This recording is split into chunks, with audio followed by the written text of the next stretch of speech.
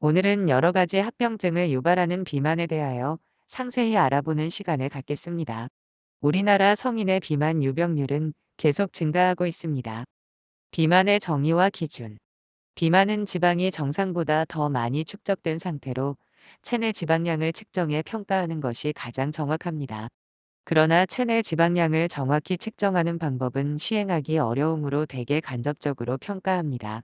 많이 사용하는 방법은 체질량 지수, BMI를 이용하는 것과 허리둘레를 측정하는 것입니다. 체질량 지수를 통한 비만의 정의. 1. 체질량 지수, BMI, 몸무게를 키의 제곱으로 나눈 값입니다. 2. 우리나라의 비만 기준, 성인 비만의 기준은 체질량 지수 25 이상입니다. 체질량 지수 25에서 29.9를 1단계 비만, 30에서 34.9를 2단계 비만, 35 이상을 3단계 비만, 즉 고도 비만으로 구분합니다. 복부 비만의 진단 기준. 국내에선 허리둘레를 측정해 복부 비만을 진단합니다. 허리둘레가 남성은 90cm, 여성은 85cm 이상일 때 복부 비만으로 정의합니다. 허리둘레는 양발을 25에서 30cm 정도 벌리고 서서 숨을 편안히 내쉰 상태에서 줄자로 측정합니다. 측정 위치는 옆구리에서 갈비뼈 가장 아랫부분과 골반, 가장 윗부분의 중간 지점입니다. 비만의 국내 유병률. 1. 체질량 지수, BMI를 기준으로 한 유병률. 우리나라 성인의 비만 유병률은 2019년 기준 36.3%로 2009년부터 최근 11년간 계속 증가했으며 특히 남자에게 크게 증가했습니다. 2. 복부 비만의 유병률 변화. 우리나라 성인의 복부 비만 유병률은 2019년 기준 23.9%입니다. 2009년부터 최근 11년간 남녀 모두에서 꾸준히 증가했으며 특히 남자에서 크게 증가했습니다. 비만이 건강에 미치는 영향. 비만은 당뇨병, 이상지질혈증, 천식, 암, 근골격계 질환의 발생 위험을 높이며 여러 정신건강과 관련된 질환과도 관련이 있습니다. 1. 비만 관련 위험. 비만의 위험은 흔히 5D, 즉 부정적 신체 이미지, 디스피규어먼트, 불편, 디스컴포트, 장애, 디서빌러티, 질병, 디지즈, 사망, 데스로 요약합니다. 비만은 여러 가지 합병증을 동반하고 그로 인한 사망률을 증가시키므로 예방하고 치료해야 하는 질병입니다. 2. 비만과 신체 건강. 비만은 신체적, 정신적, 심리적 및 사회적 건강 등 건강 전반에 걸쳐 부정적인 영향을 미칩니다. 비만과 관련된 질환은 연구가 진행되면서 계속 밝혀지고 있습니다. 1. 제2형 당뇨병. 비만할수록 제2형 당뇨병 발생 위험이 높아집니다. 제2형 당뇨병의 위험은 체질량 지수가 1 증가할 때마다 20%씩 상승합니다. 정상 체중보다 비만해지면 제2형 당뇨병 발생 위험이 5배에서 13배 상승합니다. 비만 전 단계 또는 비만인 사람에게 체중 감량은 제2형 당뇨병을 예방할 뿐 아니라 당뇨병의 관리에도 효과적입니다. 2. 이상 지질혈증. 비만인 사람은 혈중 중성지방 증가, 저밀도 LDL, 콜레스테롤의 상승, 고밀도 HDL, 콜레스테롤의 감소로 정상 체중인 사람보다 이상 지질혈증의 위험이 2배 높습니다. 이는 심혈관 질환 발생 위험을 높이는 원인입니다. 비만에 의한 이상 지질혈증이 있으면 공복 및 식후 중성지방이 높아집니다. 비만 전 단계 또는 비만에서 생활 습관을 개선해 체중을 줄이면 혈중 지질이 개선됩니다.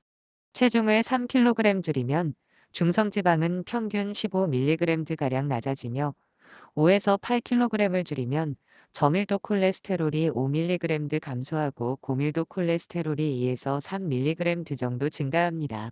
제2형 당뇨병이 동반된 비만 전 단계 또는 비만 환자가 1년 동안 8%, 4년 동안 총 5.3%의 체중을 줄이자 비만한 환자들에 비해 고밀도 콜레스테롤은 증가하고 중성지방은 감소했습니다.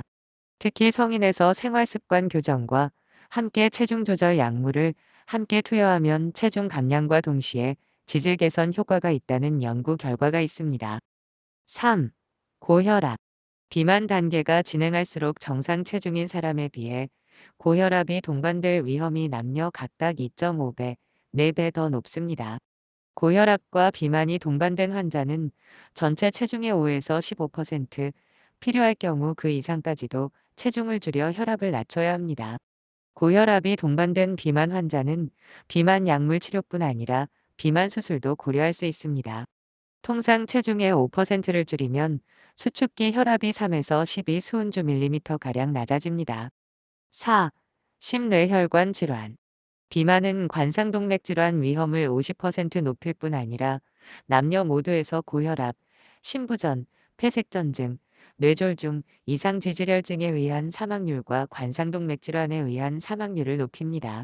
비만한 사람은 정상 체중인 사람보다 허혈성 뇌졸중의 위험이 64%더 높습니다. 과도한 지방 축적은 심박출량을 증가시키고 전신 혈관 저항을 감소시켜 결국 심부전을 유발합니다. 5. 암. 여러 연구에서 체중 증가는 암 발생의 중요한 위험인자로 밝혀졌습니다. 지난 25년간의 데이터를 보면 비만으로 인한 남성 암 사망자는 약 14%, 여성 암 사망자는 20% 정도입니다.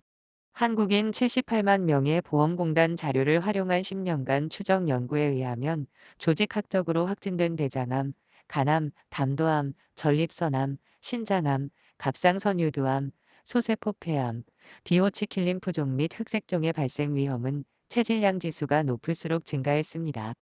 2016년 국제암연구소는 식도암, 위암, 대장직장암, 간암, 담낭암, 췌장암, 유방암, 폐경후, 자궁내막암, 난소암, 신장암, 수막종, 갑상선암, 다발성 골수종 등 13가지 암이 비만과 관련이 있다고 발표했습니다. 하지만 체중 감량이 암 예방에 어떤 역할을 하는지는 아직 분명하지 않으며 추가적인 연구가 필요합니다. 6. 천식. 비만은 천식 발생의 중요한 위험인자입니다. 천식 발생은 체질량 지수가 증가할수록 높게 나타나 아동에서 2배, 성인에서 2.3배가량 증가합니다. 비만 전 단계 혹은 비만한 성인은 천식 발작 횟수도 증가합니다.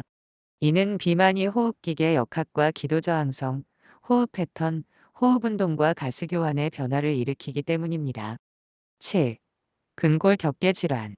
비만은 골관절염, 염증성 관절염, 요초와 다른 연조직의 문제, 골다공증, 보행, 신체 기능 및 장애 등과 관련이 있습니다.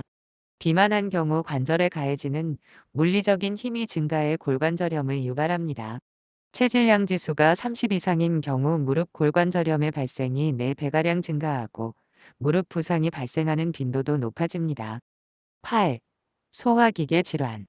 비만은 소화기계 질환과도 관련됩니다. 비알코올 지방간 질환은 알코올 섭취나 동반된 원인이 없으면서 간내 지방 침착을 보이는 질환으로 비만, 제2형 당뇨병, 이상지질혈증, 대사증후군 등과 관련이 있습니다.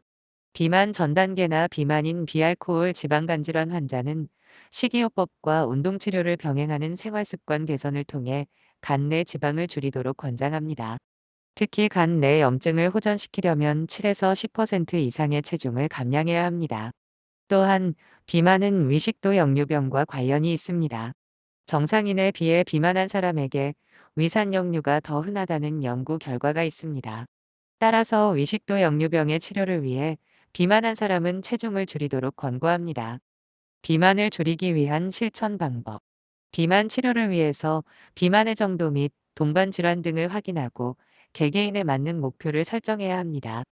비만 치료 방법에는 식사요법, 운동치료, 약물치료, 수술치료가 있으며 역시 개인에 맞는 방법을 선택하는 것이 중요합니다. 1. 비만 치료 서론. 비만을 단기에 간단히 해결할 방법은 없습니다. 비만의 치료 방법에는 식사요법, 운동치료, 행동요법 등 생활습관 교정과 약물치료, 수술치료가 있습니다. 발병 요인이 다양하고 개인의 생활 양식과 체중 감량 목표에 따라 치료 방식 또한 다양하지만 기본적으로 생활 습관 교정이 우선되어야 안전한 체중 감소와 체중 유지가 가능합니다. 식사요법과 운동치료만으로 체중 감량에 한계가 있거나 비만 정도가 심하거나 비만 관련 질환의 위험이 큰 경우에는 약물요법, 수술요법 등 적극적인 치료가 필요할 수 있습니다. 2. 비만 치료 준비 및 목표 설정. 비만을 치료하기에 앞서 체질량 지수와 허리둘레를 측정해 비만 정도를 평가합니다. 개개인의 동반 질환, 고혈압, 이상 지질혈증, 당뇨병 등을 확인하고 스트레스, 우울 증상 등을 조사해 치료 전 건강 위험도를 평가합니다. 비만은 드물게 내분비 질환에 의해서도 발생하므로 진료 후 적절한 검사를 병행하는 것이 좋습니다. 비만을 효과적으로 치료하려면 목표를 설정하는 것이 중요합니다. 일반적으로 6개월에 걸쳐 현재 체중의 5에서 10% 감량 및 감량된 체중을 유지하는 것이 이상적입니다. 비만 치료를 시작할 때 개개인의 건강 상태에 맞게 체중 감량 목표를 정하는 것이 중요하므로 의사와 상의해 현실적인 목표를 세우는 것이 좋습니다. 3. 비만 치료 방법 선택. 1. 기본 사항. 체중을 조절하려면 음식 섭취 감소, 활동량 증가 등 생활 습관을 개선해야 합니다. 체중을 감량할 때는 행동 치료를 6개월 이상 지속할 것을 권하며 감량한 체중을 유지하려면 1년 이상의 행동 치료를 권합니다. 개인의 생활 패턴, 체중 감량 목표에 따라 치료 방식의 차이는 있으나 식이요법, 운동 치료 및 행동 치료를 적절히 병행해야 안전한 체중 감소 및 체중 유지가 가능합니다. 2. 식사요법. 비만 치료에서 식사 조절은 필수입니다. 식사요법은 에너지 섭취를 제한해 체내 에너지 결핍을 유도합니다. 1. 가장 흔히 사용하는 방법은 하루 섭취 열량을 500kcal 줄이는 것입니다. 예를 들면 매일 과자 한 봉지 줄이기, 콜라 대신 시원한 물 마시기 등 하루 섭취 열량을 500kcal 줄이면 일주일에 0.5kg 정도의 체중을 줄일 수 있습니다. 2. 저열량 식사요법.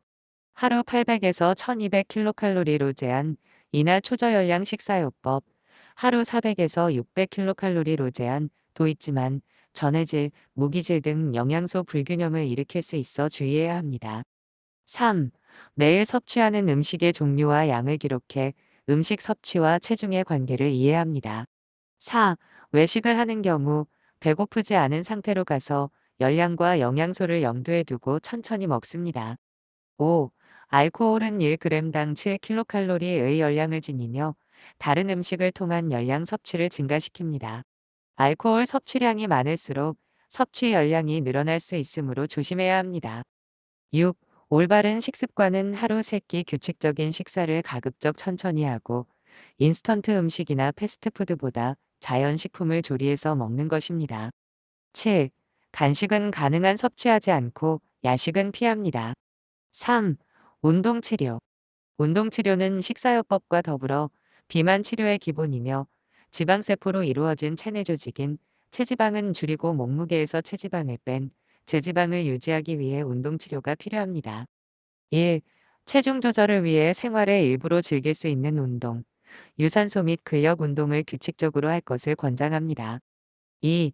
유산소 운동은 중등도 강도로 하루 30에서 60분 또는 20에서 30분씩 2회에 나누어 실시하고 주당 5회 이상 실시할 것을 권장합니다.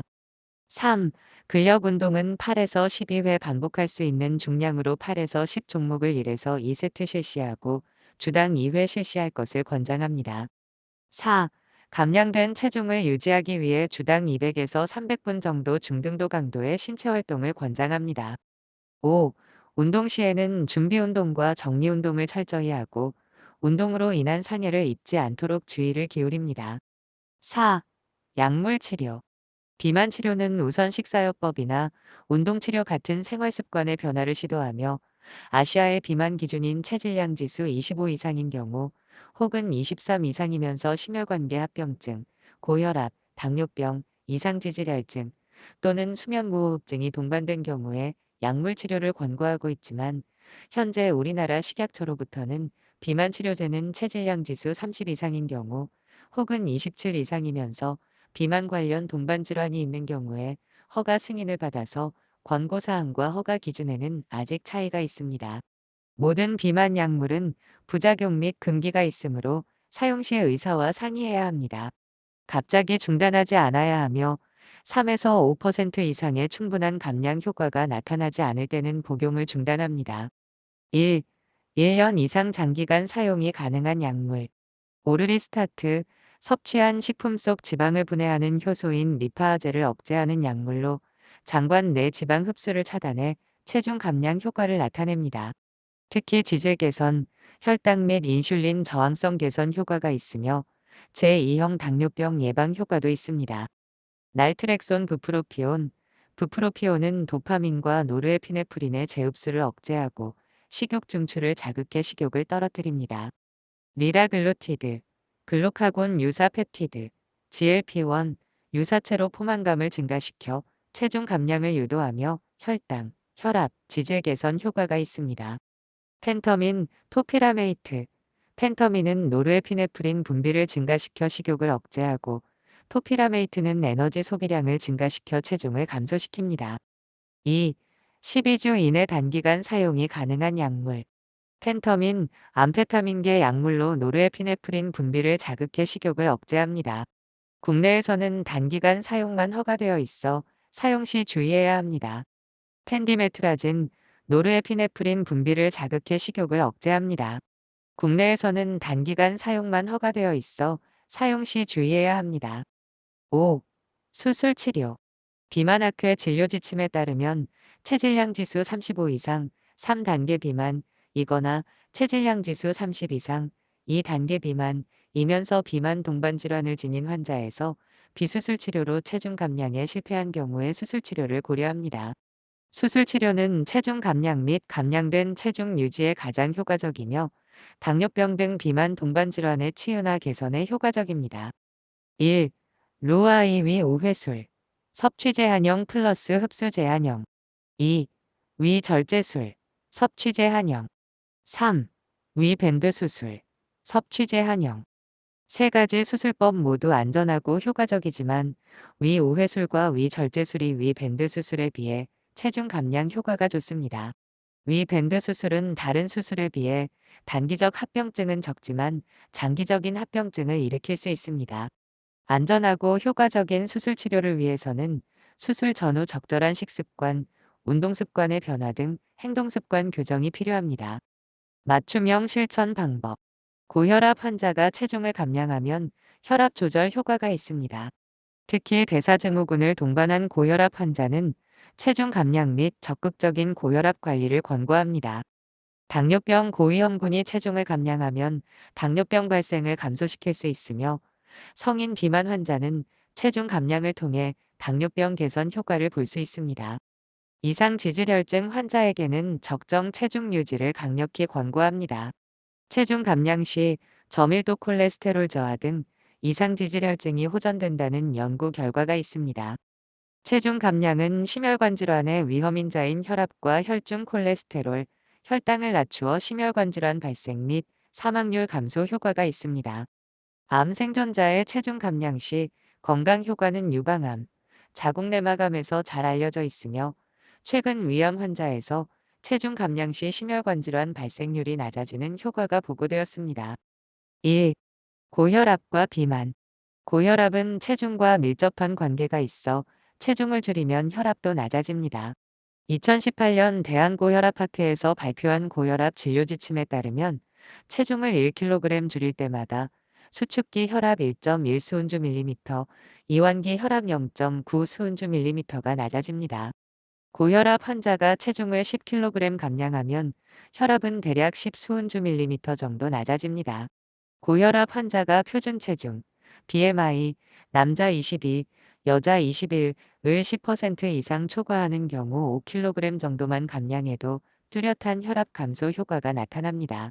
고혈압 환자의 상당수는 고혈압 외에도 비만, 이상지질혈증, 고혈당증 등 대사 이상을 동반합니다. 대사증후군이란 5가지 기준 중 복부 비만을 필수로 하며 나머지 4가지 중 2가지 이상을 만족하는 경우입니다.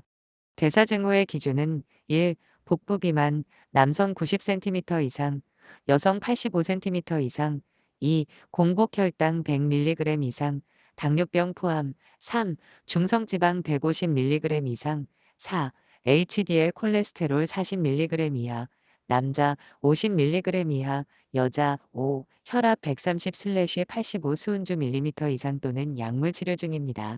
대사증후군을 동반한 고혈압 환자의 치료 목표는 혈압을 낮추는 것뿐만 아니라 당뇨병 발생의 위험을 낮추어 심뇌혈관 질환을 예방하고 사망률을 낮추는 것까지 포함합니다. 2.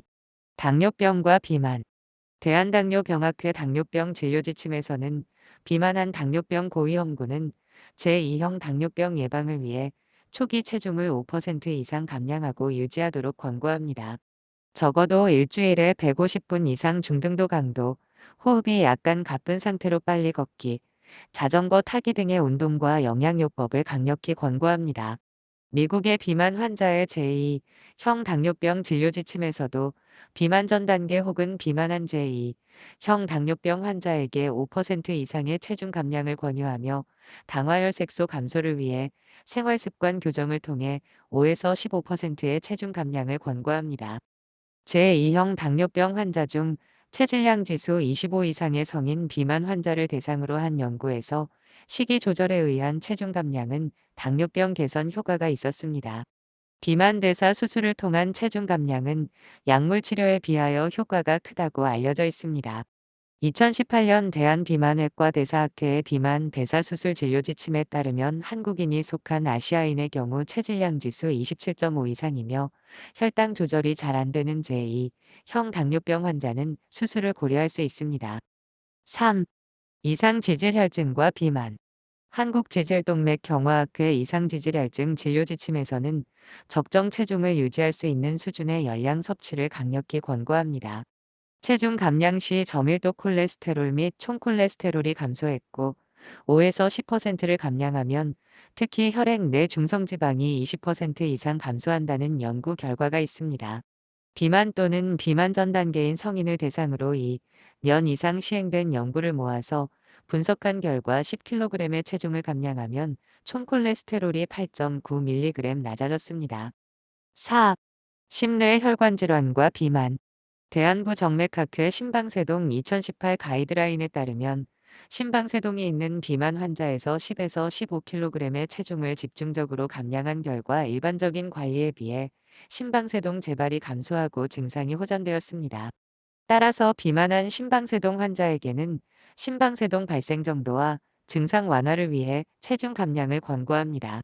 대한뇌졸중학회 역시 뇌졸중의 2차 예방을 위해 체중 조절을 권고합니다. 체중 증가는 뇌졸중, 발생률의 증가와 관련이 있으므로 비만 전 단계나 비만한 환자에게는 적극적인 체중 감량을 권장합니다. 비만이 심혈관계 질환의 위험인자임은 틀림없으나 이미 심혈관 질환이 확인된 환자는 비만 전 단계와 비만에 대해 상반되는 결과를 보이기도 합니다. 따라서 심뇌혈관 질환의 예방을 위해 더욱 적극적인 관리가 필요합니다. 이상으로 오늘은 비만에 대하여 자세히 알아보았습니다. 도움이 되셨기를 바라며 끝까지 시청해 주셔서 감사합니다.